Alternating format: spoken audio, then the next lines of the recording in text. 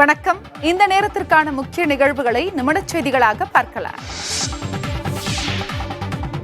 Aavin ice cream விற்பனை விலை உயர்த்தப்பட்டுள்ள நிலையில் ஆவின் பால் விற்பனைக்கான கமிஷன் தொகையை உயர்த்த வேண்டும் என தமிழ்நாடு பால் முகவர்கள் தொழிலாளர்கள் நலசங்க தலைவர் பொன்னுசாமி வலியுறுத்தியுள்ளார். இது தொடர்பாக அவர் வெளியிட்டுள்ள அறிக்கையில் ஆவின் ஐஸ்கிரீம்களுக்கு அதற்கேற்ற வகையில் விலை உயர்த்தப்பட்டுள்ளதாக கூறியுள்ளார். பல்க் ஐஸ்கிரீம் வகைகளுக்கு விலை குறைக்கப்பட்டுள்ளதற்கு வரவேற்பும் தெரிவித்துள்ளார். இதன் மூலம் ஐஸ்கிரீம் விற்பனைக்கான லாபத்தொகை உயர்த்தப்பட்டுள்ளதாக தெரிகிறது என்று கூறியுள்ள பொன்னுசாமி, ஆவின் பால் விற்பனைக்கான கமிஷன் தொகையை உயர்த்த வேண்டும் எனவும் வலியுறுத்தியுள்ளார்.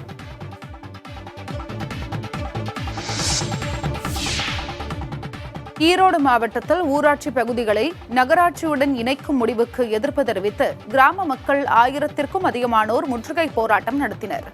சத்தியமங்கலம் அருகே உள்ள கொமாரபாளையம் ஊராட்சியை சத்தியமங்கலம் நகராட்சியுடன் இணைப்பதென நகர்மன்ற கூட்டத்தில் தீர்மானம் நிறைவேற்றப்பட்டது. இதற்கு கொமாரபாளையம் ஊராட்சி மக்கள் எதிர்ப்பு தெரிவித்து வருகின்றனர். வரி உயர்வுக்கு ஆளாவதோடு 100 நாள் வேலை திட்டத்தில் பயனாளிகளாக இருக்க முடியாது என்று அவர்கள் அச்சம் தெரிவிக்கின்றனர். தங்கள் ஊராட்சியை சத்தியமங்கலம் நகராட்சியுடன் இணைப்பதை கண்டித்தும் முடிவை கைவிட வலியுறுத்தியும் கிராம சபை கூட்டத்தில் தீர்மானமும் நிறைவேற்றினர். இந்நிலையில் கொமாரபாளையம் ஊராட்சியில் வசிக்கும் 1000க்கும் அதிகமானோர் சத்தியமங்கலம் வட்டாட்சியர் அலுவலகம் நோக்கி ஊர்வலமாக சென்றனர். வட்டாட்சியர் அலுவலக வளாகத்தில் அமர்ந்து முற்றுகை போராட்டத்தில் ஈடுபட்டனர். கொமாரபாளையம் ஊராட்சி தலைவர் சரவணன் தலைமையில் வட்டாட்சியரிடம் கோரிக்கை மனு அளித்தனர்.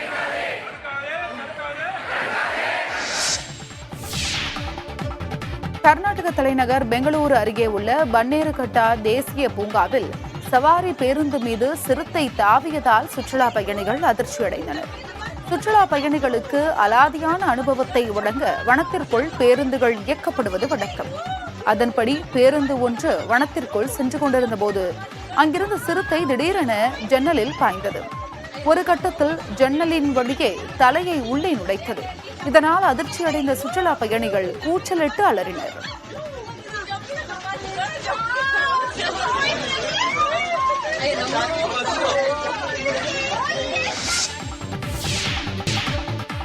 திருவண்ணாமலை அண்ணாமலையார் கோயிலில் கர்நாடக துணை முதலமைச்சர் டி.கே. சிவக்குமார் அவரது குடும்பத்தினருடன் சுவாமி தரிசனம் செய்தார்.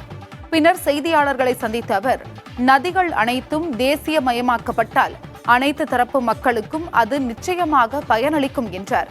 வீணாக கடலில் கலக்கும் தண்ணீரை பாதுகாக்க மத்திய அரசு துணிச்சலான நிலைப்பாட்டை எடுக்கும் என்றும் அவர் தெரிவித்துள்ளார். மேலும் கர்நாடக முதலமைச்சராக வாய்ப்பு உள்ளதா என்ற கேள்விக்கு அது தொடர்பான எந்த நிலைப்பாடும் இதுவரை இல்லை என்றும் சுவாமி தரிசனத்திற்காக மட்டுமே திருவண்ணாமலைக்கு வந்ததாகவும் தெரிவித்தார்.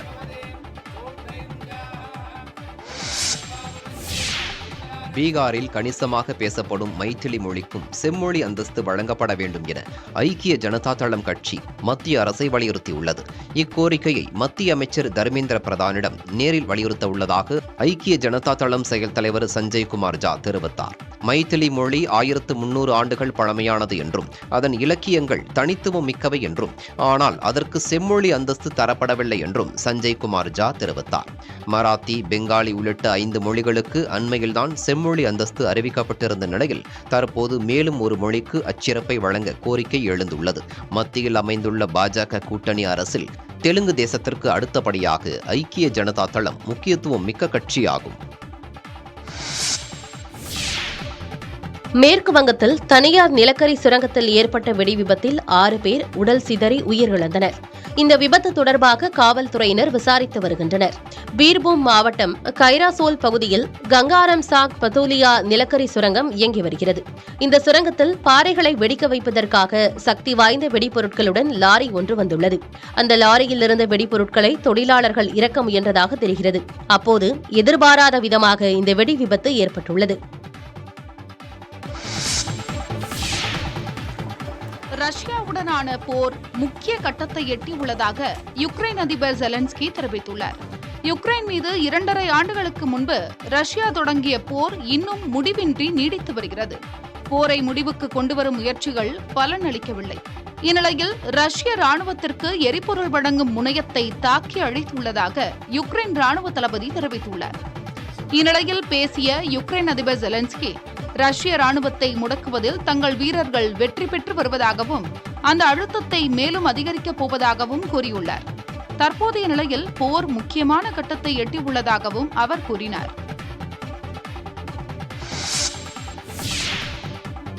கிரிக்கெட் ஜாம்பவான் சனத் ஜெயசூர்யா இலங்கை அணியின் முழுநேர தலைமை பயிற்சியாளராக நியமிக்கப்பட்டுள்ளார்.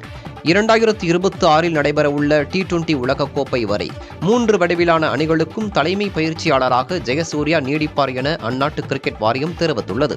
கடந்த ஜூலையில் இடைக்கால பயிற்சியாளராக ஜெயசூர்யா நியமிக்கப்பட்டதற்கு பிறகு இலங்கை அணி சிறப்பாக விளையாடி வருகிறது. 27 ஆண்டுகளுக்கு பிறகு இந்தியாவிற்கு எதிரான ஒருநாள் தொடரை வென்ற இலங்கை அணி இங்கிலாந்தை அதன் சொந்த மண்ணில் வீழ்த்தியது குறிப்பிடத்தக்கது.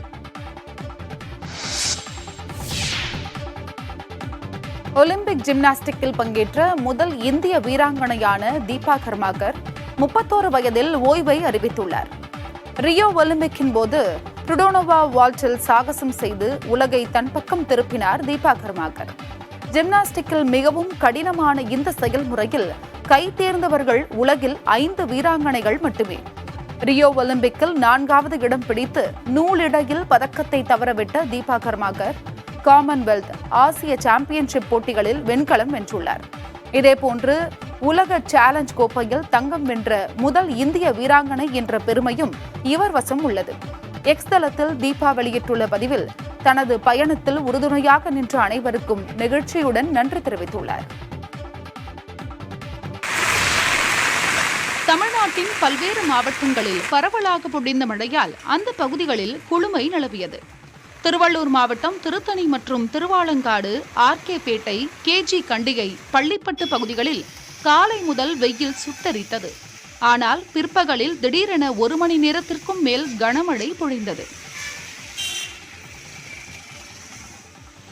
கனமழையால் பகல் நேரத்திலும் எதிரில் வரும் வாகனங்கள் தெரியாத அளவுக்கு இருள் சூழ்ந்ததால் வாகனங்கள் முகப்பு விளக்குகளை எரியவிட்டபடி இயக்கப்பட்டன.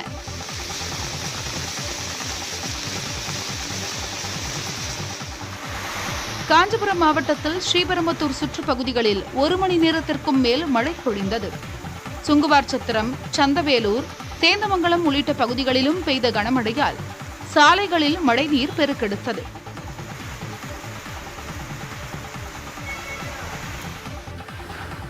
மதுரை மாவட்டம் மேலூர் சுற்றுப்பகுதிகளில் பரவலாக மழை பொழிந்தது. மேலூர், நாவினிப்பட்டி, கீழையூர், தெற்கு தெரு, 18ஆங்குடி, திருவாதவூர், வல்லாளப்பட்டி உள்ளிட்ட கிராமங்களில் பொழிந்த மழை அந்த பகுதியை குளுமையாக்கியது.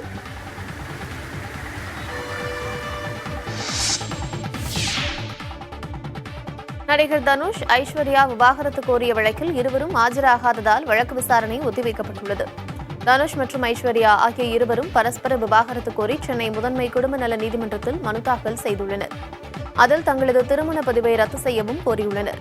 இந்த வழக்கு விசாரணைக்கு வந்தபோது தனுஷ், ஐஸ்வர்யா என்று இருவருமே ஆஜராகவில்லை. இதனையடுத்து வழக்கின் விசாரணையை வரும் 19ஆம் தேதிக்கு தள்ளி வைத்து நீதிமன்றம் உத்தரவிட்டது.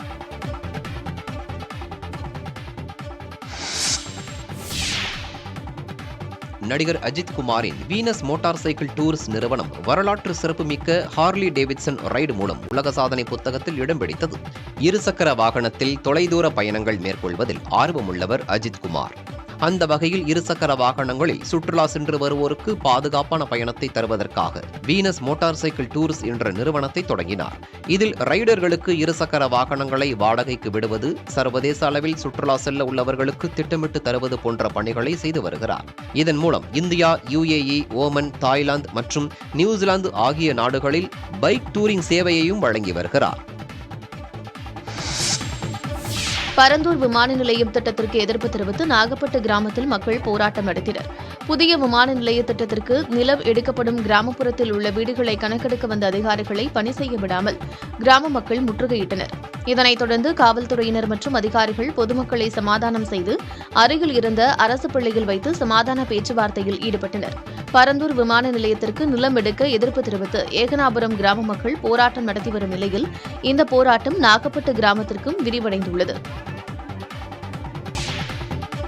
இந்தியா வந்துள்ள மாலத்தீவு அதிபர் முகமது முய்சுவுடன் பிரதமர் மோடி இருநாட்டு உறவுகள் குறித்து பேச்சுவார்த்தை நடத்தினார். மாலத்தீவு அதிபர் முகமது முய்சு 5 நாள் அரசுமுறை பயணமாக இந்தியா வந்துள்ளார். அவருக்கு குடியரசுத் தலைவர் மாளிகையில் முப்படைகளின் அணிவகுப்பு மரியாதையுடன் வரவேற்பும் அளிக்கப்பட்டது. முன்னதாக தேசப்பிதா மகாத்மா காந்தி நினைவிடத்திலும் முகமது முய்சு அஞ்சலி செலுத்தினார்.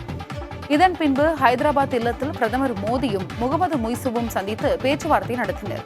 கடந்த சில ஆண்டுகளாக மாலத்தீவு அரசு இந்திய எதிர்ப்பு நிலைப்பாட்டை எடுத்திருந்த நிலையில் இருதரப்பு உறவு வெகுவாக பாதிக்கப்பட்டது. மாலத்தீவு சீன சார்பு நிலைப்பாட்டை எடுத்ததாகவும் தகவல்கள் வெளியாகின. மாலத்தீவிலிருந்து இந்திய ராணுவ வீரர்கள் வெளியேற உத்தரவிடப்பட்டிருந்தனர். எனினும் பின்னர் அதிபர் முய்சு இந்தியாவுடன் உறவுகளை வலுப்பட முனைந்துள்ளார். இந்தியாவின் பாதுகாப்பிற்கு இடையூறாக இருக்கும் எந்த செயலையும் செய்ய மாட்டோம் என்றும் முகமது முய்சு உறுதியளித்துள்ளார். மேலும் மாலத்தீவு வருகை தர வேண்டும் என்ற முய்சுவின் அழைப்பையும் பிரதமர் மோடி ஏற்றுக்கொண்டார். இதன் தொடர்ச்சியாக அந்நிய செலாவணி நெருக்கடியால் திணறி வரும் மாலத்தீவுக்கு $400 மில்லியன் உதவி செய்வதாகவும் இந்தியா அறிவித்துள்ளது. இவை தவிர மாலத்தீவில் இந்தியா கட்டியுள்ள 700 சமூக குடியிருப்புகளை அந்நாட்டிடம் பிரதமர் ஒப்படைத்தார்.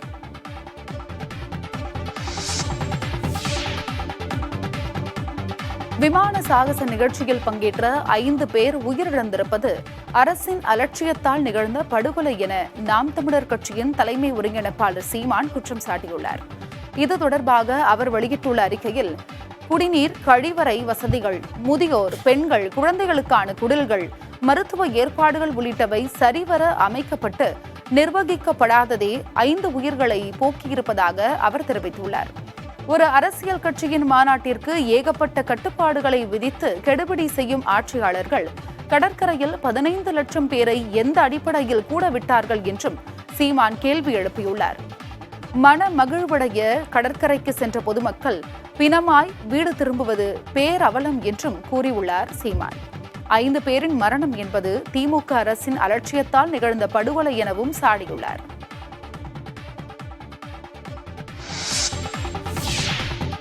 விமானப்படை சாகச நிகழ்ச்சியின் போது உயிரிழந்த 5 பேரின் குடும்பத்திற்கு தலா 5 லட்சம் ரூபாய் நிதி உதவி வழங்க முதலமைச்சர் மு.க.ஸ்டாலின் உத்தரவிட்டுள்ளார்.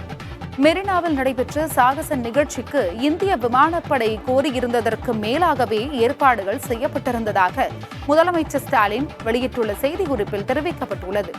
எதிர்பார்த்த எண்ணிக்கையை விட மிக மிக அதிகமாக மக்கள் வந்திருந்ததால் நிகழ்ச்சி முடிந்த பின்னர் பொதுமக்கள் தங்கள் வாகனங்களை அடைவதிலும் பொது போக்குவரத்தை பெறுவதிலும் மிகுந்த சிரமம் அடைந்ததாக குறிப்பிட்டுள்ளார். அடுத்த முறை இதுபோன்ற பெரிய நிகழ்ச்சிகளை ஏற்பாடு செய்யும் போது கூடுதல் கவனமும் ஏற்பாடுகளும் செய்யப்படும் என்று முதலமைச்சர் மு.க.ஸ்டாலின் உறுதியளித்துள்ளார். கடும் வெயில் மற்றும் பல்வேறு மருத்துவ காரணங்களால் உயிரிழந்த 5 குடும்பத்திற்கு ஆழ்ந்த இரங்கலும் ஆறுதலும் தெரிவிப்பதாக குறிப்பிட்டுள்ள முதலமைச்சர் தலா 5 லட்சம் ரூபாய் நிவாரணம் வழங்கவும் உத்தரவிட்டுள்ளார். பழனி முருகன் கோயிலில் ரோப்கார் சேவை இன்று முதல் 40 நாட்களுக்கு பராமரிப்பு பணிகளுக்காக நிறுத்தப்பட்டுள்ளது. பழனி முருகன் கோயிலுக்கு தரிசனத்திற்காக வரும் பக்தர்கள் படிப்பாதை, இழுவை ரயில், யானை பாதை மட்டுமின்றி ரோப்கார் வழியாகவும் மலைக்கு செல்வர். இதனிடையே ரோப்கார் சேவை மாதத்தில் 1 நாளும் வருடத்தில் 30 நாட்களும் பராமரிப்பு பணிகள் மேற்கொள்ளப்படுவது வழக்கம். அந்த வகையில் இன்று முதல் 40 நாட்களுக்கு பராமரிப்பு பணிகள் மேற்கொள்ளப்படும் என்று கோயில் நிர்வாகம் தெரிவித்துள்ளது. ரோப்காரின் மேல் தளத்தில் புதிய சாப்டுகள், புதிய கம்பிவடம், உருளைகள் அமைப்பது போன்ற பல்வேறு பராமரிப்பு பணிகள் மேற்கொள்ளப்பட உள்ளன. அதன்பின் சோதனை ஓட்டம் நடத்தப்பட்டு ஐஐடி வல்லுநர் குழு ஒப்புதலுக்கு பின்னர் மீண்டும் பயன்பாட்டிற்கு வரும் என்று தெரிவிக்கப்பட்டுள்ளது. 2024 ஆண்டிற்கான மருத்துவத்திற்கான நோபல் பரிசு அமெரிக்காவைச் சேர்ந்த விக்டர் அம்ப்ரோஸ் மற்றும் கேரி ரூகுன் ஆகிய இருவருக்கு அறிவிக்கப்பட்டுள்ளது. 2024 ஆண்டிற்கான நோபல் பரிசுகளுக்கான அறிவிப்பு தொடங்கியுள்ளது. இதில் முதலாவதாக மருத்துவத்திற்கான நோபல் பரிசு அறிவிக்கப்பட்டுள்ளது. அமெரிக்காவைச் சேர்ந்த விக்டர் அம்ப்ரோஸ் மற்றும் கேரி ரூகுன் ஆகிய இருவருக்கு இவ்விருது கூட்டாக அறிவிக்கப்பட்டுள்ளது. மைக்ரோ RNA-வை கண்டறிந்ததுடன் மரபணு ஒழுங்கமைப்பிற்கு அதற்கு பின் அவற்றின் செயல்பாடுகள் குறித்த ஆய்வுக்காக இவ்விருது அறிவிக்கப்பட்டுள்ளது. மருத்துவத்திற்கான நோபல் பரிசு என்பது சுமார் 8,30,00,000 ரூபாய் பரிசு தொகை கொண்டதாகும். நோபல் விருதுகள் அதன் நிறுவனரின் நினைவு நாளான டிசம்பர் 10ஆம் தேதி ஒவ்வொரு ஆண்டும் வழங்கப்பட்டு வருகிறது. மருத்துவத்தை தொடர்ந்து அடுத்தடுத்த நாட்களில் இயற்பியல், வேதியியல் போன்ற துறைகளுக்கான விருதுகள் அறிவிக்கப்பட உள்ளன.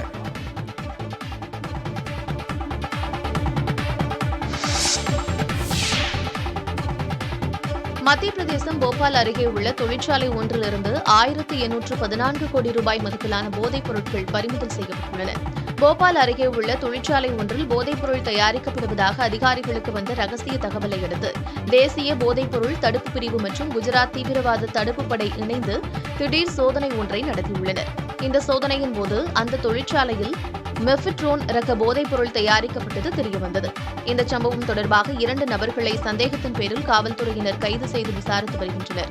இந்த சம்பவத்தை தனது எக்ஸ் தள பக்கத்தில் பதிவிட்டுள்ள குஜராத் உள்துறை அமைச்சர் ஹர்ஷ் சங்வி, போதைக்கு எதிரான போராட்டத்தில் மகத்தான வெற்றியை அதிகாரிகள் பெற்றுள்ளதாக கூறி அவர்களை பாராட்டினர். சமீபத்தில் டெல்லியில் சுமார் 560 கிலோ கொகைன் மற்றும் 40 கிலோ கஞ்சா பறிமுதல் செய்யப்பட்டது. இந்த சம்பவத்தை தொடர்ந்து தற்போது 1800 கோடி ரூபாய் மதிப்பிலான மெஃபிட்ரோன் ரக போதைப்பொருள் கைப்பற்றப்பட்டுள்ளது.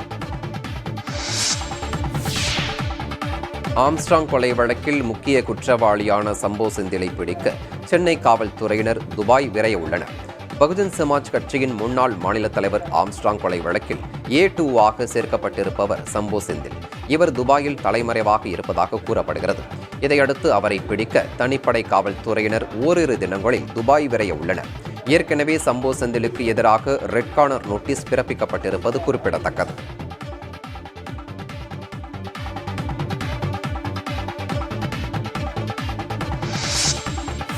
பழனி முருகன் கோயிலில் ரோப்கார் சேவை இன்று முதல் 40 நாட்களுக்கு பராமரிப்பு பணிகளுக்காக நிறுத்தப்பட்டுள்ளது.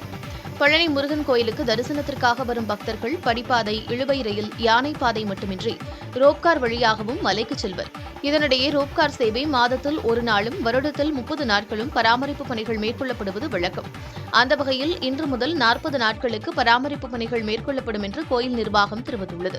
ரோப்காரின் மேல் தளத்தில் புதிய சாப்டுகள், புதிய கம்பிவடம், உருளைகள் அமைப்பது போன்ற பல்வேறு பராமரிப்பு பணிகள் மேற்கொள்ளப்பட உள்ளன. அதன்பின் சோதனை ஓட்டம் நடத்தப்பட்டு IIT வல்லுநர் குழு ஒப்புதலுக்கு பின்னர் மீண்டும் பயன்பாட்டிற்கு வரும் என்று தெரிவிக்கப்பட்டுள்ளது. திருவண்ணாமலை மாவட்டம் வந்தவாசியில் உள்ள ஓர் அரசு பள்ளியில் பள்ளிக்கல்வித்துறை அமைச்சர் அன்பில் மகேஷ் திடீர் ஆய்வு நடத்தினார். வந்தவாசியில் உள்ள கிழக்கு ஊராட்சி ஒன்றிய தொடக்கப்பள்ளிக்கு அமைச்சர் அன்பில் மகேஷ் திடீரென வருகை புரிந்தார். வகுப்பறைகளுக்கு நேரடியாக சென்ற அமைச்சர் பள்ளி குழந்தைகளுடன் உரையாடினார். அவர்களது கல்வித்திறனை ஆய்வு செய்தார். தனது கேள்விகளுக்கு சிறப்பாக பதிலுரைத்த பிள்ளைகளை அமைச்சர் புன்னகையுடன் பாராட்டினார். கணக்கு பாடம் நடந்து கொண்டிருந்த வகுப்பில் நடத்திய ஆய்வின் போது வாய்ப்பாடுகளை திறம்பட கூறிய மாணவரை முதுகில் தட்டிக் கொடுத்து வாழ்த்தினார்.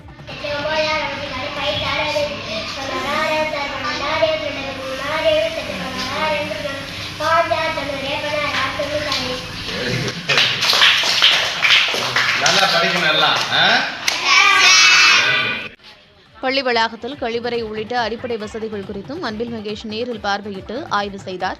மேலும் பள்ளி குழந்தைகளுக்கு வழங்குவதற்காக சமைத்து வைக்கப்பட்டிருந்த மதிய உணவின் தரத்தை அமைச்சர் அன்பில் மகேஷ் சாப்பிட்டு பார்த்து ஆய்வு செய்தார்.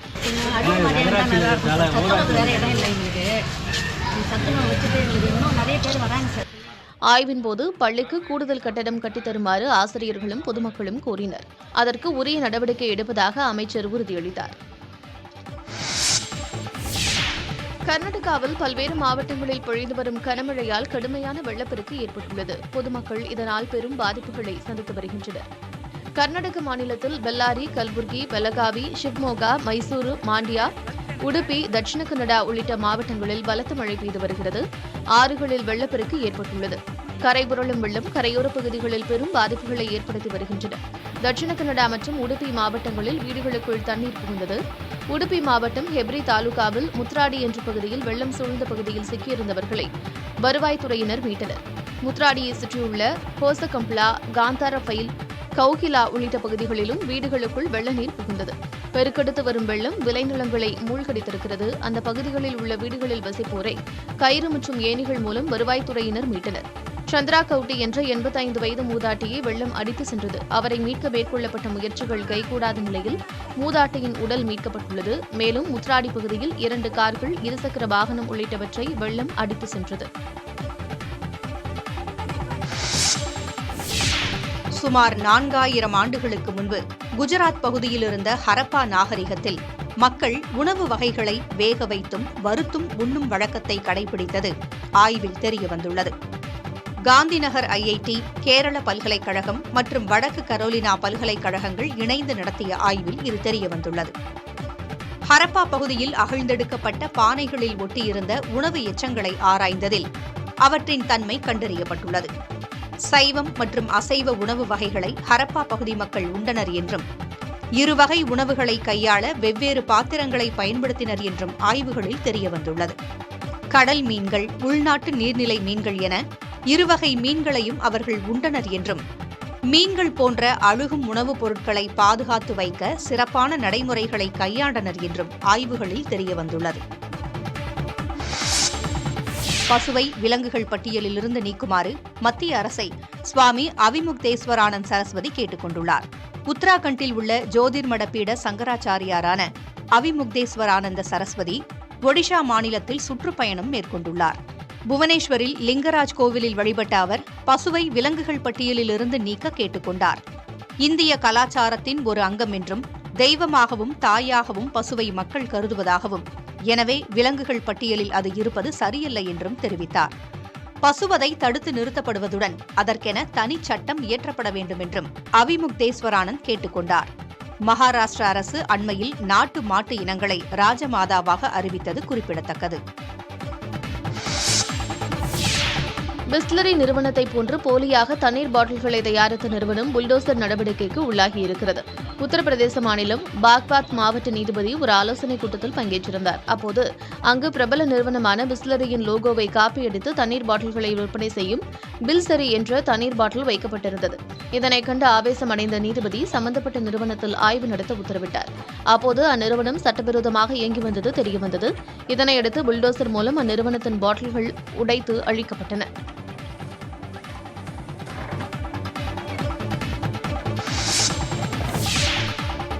ஹமாஸ் தாக்குதலின் ஓராண்டு நிறைவு தினத்தையொட்டி மீண்டும் இஸ்ரேல் மீது ஏவுகணை தாக்குதல் நடத்தப்பட்டுள்ளது.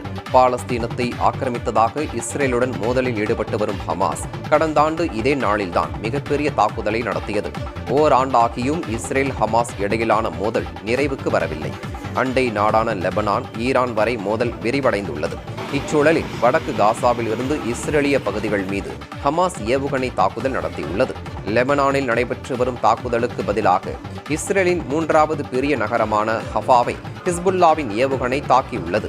ஹஃபாவின் தெற்கே உள்ள இராணுவ தளத்தை குறிவைத்து ஃபடி-1 ஏவுகணைகளால் தாக்கியதாக தெரிவிக்கப்பட்டுள்ளது. லெபனான் இஸ்ரேல் இடையிலான மோதலுக்கு மத்தியில் இஸ்ரேல் பிரதமர் பெஞ்சமின் நேத்தன்யாகு இராணுவ அதிகாரிகளை சந்தித்து ஆலோசனை நடத்தியுள்ளார். ஹமாஸுடனான போருக்கு இடையே லெபனானில் செயல்பட்டு வரும் ஹிஸ்புல்லா அமைப்பினரை குறிவைத்து இஸ்ரேல் படைகள் தொடர் தாக்குதல்களை நடத்தி வருகின்றன. ஹிஸ்புல்லா மூத்த தலைவர்கள் கொல்லப்பட்டுள்ள நிலையில் ஹிஸ்புல்லாவுக்கு எதிரான தாக்குதல் நடவடிக்கைகளில் ஈடுபட்டு வரும் இஸ்ரேல் இராணுவத்தின் வடக்கு மண்டல தளபதிகளை இஸ்ரேல் பிரதமர் நேத்தன்யாகு நேரில் சந்தித்தார். லெபனான் பிராந்தியத்தில் இஸ்ரேல் படைகளை நிலைநிறுத்துவது, ஹிஸ்புல்லாவின் இராணுவ கட்டமைப்புகளை தகர்ப்பது உள்ளிட்ட நடவடிக்கைகள் குறித்து அவர்களுடன் ஆலோசனை மேற்கொண்ட பிரதமர் நேத்தன்யாகு அந்த பகுதியில் நிலவும் சூழல் குறித்தும் கேட்டறிந்தார். லெபனான் மீதான தாக்குதல் தீவிரமடைந்து வரும் நிலையில் இராணுவ வீரர்கள் உடனான இஸ்ரேல் பிரதமரின் இந்த சந்திப்பு முக்கியத்துவம் வாய்ந்ததாக பார்க்கப்படுகிறது.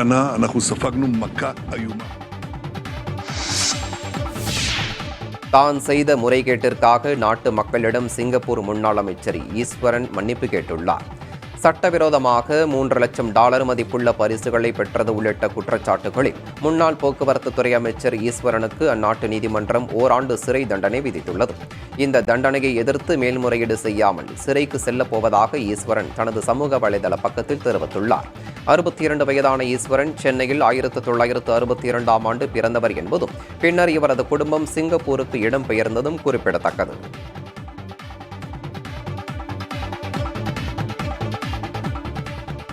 கணவர் அஜித்துடன் எடுத்த வீடியோவை ஷாலினி தனது சமூக வலைதள பக்கத்தில் வெளியிட்டுள்ள நிலையில் அது தற்போது வைரலாகி வருகிறது. ஸ்பெயின் நாட்டில் நடைபெறும் கால்பந்து போட்டியை காண தங்களது மகனை அழைத்து சென்றபோது இந்த வீடியோ எடுத்ததாக கூறப்படுகிறது.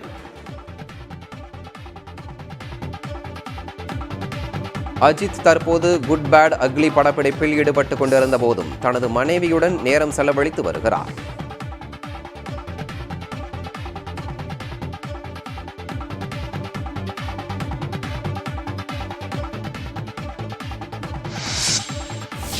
நிலவுக்கு என்மேல் என்னடி கோபம் படத்தின் 2வது பாடல் குறித்து ஜிவி பிரகாஷ் தனது எக்ஸ் பக்கத்தில் பதிவிட்டுள்ளார்.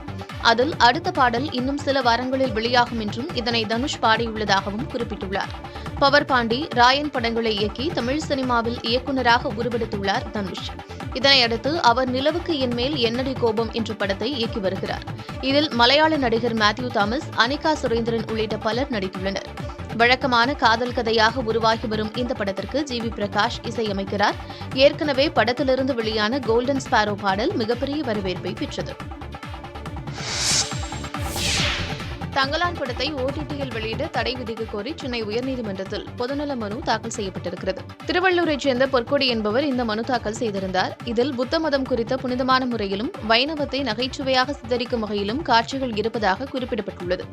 மேலும் படம் OTT-யில் வெளியானால் இரு பிரிவினரிடையே மோதல் ஏற்பட வாய்ப்புள்ளதாகவும் அந்த மனுவில் குறிப்பிடப்பட்டுள்ளது. இந்த மனு விரைவில் விசாரணைக்கு வரும் என்று எதிர்பார்க்கப்படுகிறது. ஏற்கனவே தங்கலான் படத்தை திரையரங்குகளில் வெளியிடும் முன் 1 கோடி ரூபாயை டெபாசிட் செய்ய வேண்டும் என்று பட தயாரிப்பாளர் ஞானவேல் ராஜாவுக்கு சென்னை உயர்நீதிமன்றம் உத்தரவிட்டது குறிப்பிடத்தக்கது.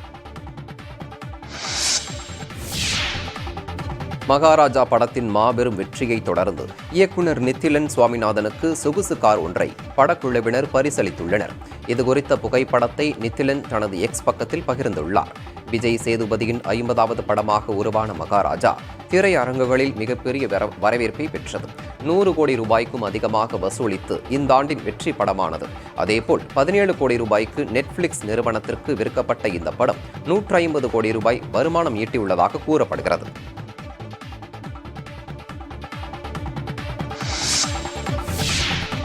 சூர்யா 44 படத்தின் படப்பிடிப்பு நிறைவடைந்ததாக தயாரிப்பு நிறுவனம் அறிவித்துள்ளது. நடிகர் சூர்யா இயக்குனர் கார்த்திக் சுப்பராஜ் இயக்கத்தில் தனது 44வது படத்தில் நடித்து வருகிறார். இந்த படத்தின் முதற்கட்ட படப்பிடிப்பு அந்தமானில் தொடங்கியது. அதன்பின் ஊட்டி, கேரளத்தில் நடைபெற்றது. இந்த படத்தை 2D மற்றும் ஸ்டோன் பெஞ்ச் நிறுவனம் இணைந்து தயாரிக்கின்றன. சந்தோஷ் நாராயணன் படத்திற்கு இசையமைக்கிறார். பூஜா ஹெக்டே, ஜோஜோ ஜார்ஜ் உள்ளிட்டோர் நடித்துள்ள இந்த படம் அடுத்த ஆண்டு ஏப்ரல் வெளியீடாக திரைக்கு வரும் என கூறப்படுகிறது. விமானப்படை சாகச நிகழ்ச்சியின் போது உயிரிழந்த 5 பேரின் குடும்பத்திற்கு தலா 5 லட்சம் ரூபாய் நிதி உதவி வழங்க முதலமைச்சர் மு.க. ஸ்டாலின் உத்தரவிட்டுள்ளார். மெரினாவில் நடைபெற்ற சாகச நிகழ்ச்சிக்கு இந்திய விமானப்படை கோரியிருந்ததற்கு மேலாகவே ஏற்பாடுகள் செய்யப்பட்டிருந்ததாக முதலமைச்சர் ஸ்டாலின் வெளியிட்டுள்ள செய்திக்குறிப்பில் தெரிவிக்கப்பட்டுள்ளது. எதிர்பார்த்த எண்ணிக்கையை விட மிக அதிகமாக மக்கள் வந்திருந்ததால் நிகழ்ச்சி முடிந்த பின்னர் பொதுமக்கள் தங்கள் வாகனங்களை அடைவதிலும் பொது போக்குவரத்தை பெறுவதிலும் மிகுந்த சிரமம் அடைந்ததாக குறிப்பிட்டுள்ளார். அடுத்த முறை இதுபோன்ற பெரிய நிகழ்ச்சிகளை ஏற்பாடு செய்யும் போது கூடுதல் கவனமும் ஏற்பாடுகளும் செய்யப்படும் என முதலமைச்சர் மு.க. ஸ்டாலின் உறுதியளித்துள்ளார். கடும் வெயில் மற்றும் பல்வேறு மருத்துவ காரணங்களால் உயிரிழந்த 5 குடும்பத்திற்கு ஆழ்ந்த இரங்கலும் ஆறுதலும் தெரிவிப்பதாக குறிப்பிட்டுள்ள முதலமைச்சர் தலா 5 லட்சம் ரூபாய் நிவாரணம் வழங்கவும் உத்தரவிட்டுள்ளார்.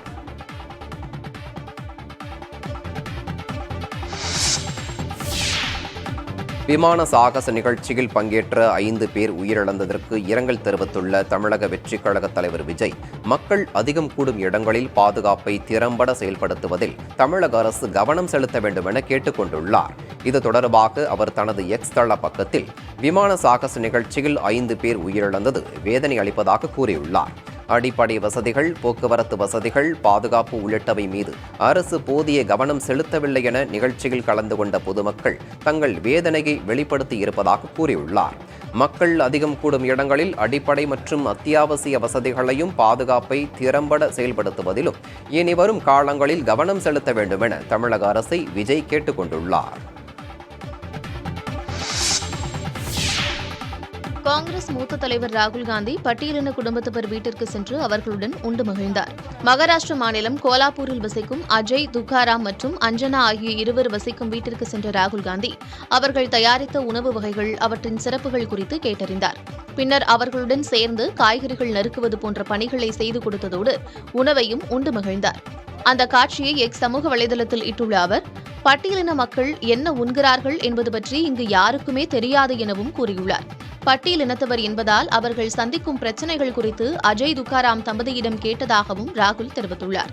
பட்டியலின மக்களின் பாரம்பரியத்தை பாதுகாக்க முன்னெடுப்புகள் தேவை என்று குறிப்பிட்டுள்ள ராகுல் காந்தி, ஒவ்வொரு இந்தியருக்குள்ளும் தாங்கள் சகோதரர்கள் என்ற எண்ணம் மனதளவில் ஏற்பட வேண்டும் என்றும் அப்போதுதான் உண்மையான சமத்துவத்தை காண முடியும் என்றும் ராகுல் காந்தி குறிப்பிட்டுள்ளார். தமிழ்நாடு காவல்துறையினர் கடந்த 3 ஆண்டுகளில் கஞ்சாவை மட்டுமே பிடித்துள்ளதாகவும் ரசாயன போதைப் பொருட்களை கூட பறிமுதல் செய்யவில்லை எனவும் ஆளுநர் கூறியிருப்பதற்கு அமைச்சர் ரகுபதி கடும் கண்டனம் தெரிவித்துள்ளார். இது தொடர்பாக அவர் வெளியிட்டுள்ள அறிக்கையில், ஆளுநர் மாளிகையை கமலாலயமாக மாற்றி தான் வகிக்கும் ஆளுநர் பதவிக்கு இழுக்கு ஏற்படுத்தியிருப்பதாக சாடியுள்ளார். போதைப் பொருட்கள் தடுப்புச் சட்டத்தின் கீழ் கடந்த 2022ஆம் ஆண்டு 63,848 கிலோ போதை மாத்திரைகள், 98 கிலோ இதர போதைப் பொருட்கள் பறிமுதல் செய்யப்பட்டதாக அமைச்சர் பதிலளித்துள்ளார். 2023ஆம் ஆண்டில் 39,910 போதை மாத்திரைகள், 1,239 கிலோ கஞ்சா சாக்லேட்டுகள், மெத்தம்பெட்டமைன் உள்ளிட்ட போதைப் பொருட்கள் பறிமுதல் செய்யப்பட்டுள்ளதாக கூறியுள்ளார். இந்த ஆண்டு ஆகஸ்ட் வரை 90,800 போதை மாத்திரைகள், 93 கிலோ மெத்தகுலோன் உள்ளிட்டவை பறிமுதல் செய்யப்பட்டுள்ளதாகவும் அவர் தெரிவித்துள்ளார். குட்கா வழக்கில் சிக்கிக்கொண்ட முன்னாள் அதிமுக அமைச்சர்கள் மீதான வழக்கு விசாரணைக்கு அனுமதி தராமல் 1 வருடத்திற்கு மேலாக அது தொடர்பான கோப்புகளை கிடப்பில் போட்டு வைத்திருந்த ஆளுநர் போதைப் பொருள் ஒழிப்பை பற்றி பேசுவது வேடிக்கையாக இருப்பதாகவும் சாடியுள்ளார். போதை மருந்துகள் மற்றும் உளவெறியூட்டும் பொருட்கள் சட்டத்தின் கீழ் தமிழ்நாட்டில் அதிக அளவில் கைதானது பாஜகவை சேர்ந்த ரவுடிகள் தான் எனவும் விமர்சித்துள்ளார். போதைப் பொருள் வழக்குகளில் சிக்கியிருக்கும் பாஜகவினரின் பிம்பத்தை மறைக்க ஆளுநர் திமுக ஆட்சி மீது பொய் குற்றச்சாட்டுகளை சுமத்துவதாகவும் தெரிவித்துள்ளார்.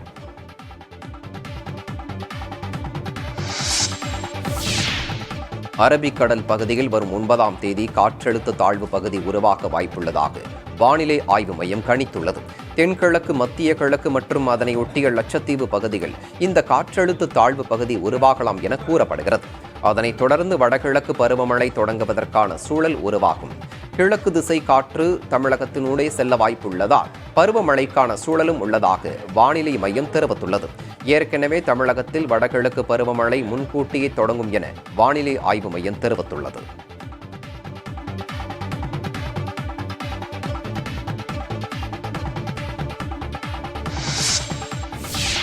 மகாராஷ்டிர சட்டப்பேரவை தேர்தலில் பாஜக கூட்டணியில் தொகுதி பங்கீடு முடிவுக்கு வந்துவிட்டதாக தகவல் வெளியாகியுள்ளது. 288 இடங்களில் 150 இடங்களில் பாஜக களமிறங்கும் என்றும், சிவசேனா ஏக்நாத் ஷிண்டே கட்சி 80 முதல் 90 இடங்களிலும், அஜித் பவாரின் தேசியவாத காங்கிரஸ் கட்சி உள்ளிட்ட பிற கூட்டணி கட்சிகள் 50 முதல் 60 தொகுதிகளில் போட்டியிடும் என்றும் தெரிகிறது. மேலும் கூட்டணியில் முதலமைச்சர் வேட்பாளராக யாரையும் முன்னிறுத்த வேண்டாம் என்றும் முடிவெடுக்கப்பட்டிருப்பதாக தகவல் வெளியாகியுள்ளது. எதிர்த்தரப்பில் உள்ள மகா விகாஸ் அகாதி கூட்டணியில் தொகுதி பங்கீடு குறித்த அறிவிப்பு வரும் 12ஆம் தேதி வெளியாகும் என்று தெரிகிறது. காங்கிரஸ் 110 முதல் 115 இடங்களில் போட்டியிட திட்டமிட்டுள்ளது. சிவசேனா உத்தவ் தாக்கரே பிரிவு 90 முதல் 95 இடங்களை கேட்பதாக கூறப்படுகிறது. சரத்பவாரின் தேசியவாத காங்கிரஸ் 80 முதல் 85 இடங்களை கேட்பதாக தெரிகிறது.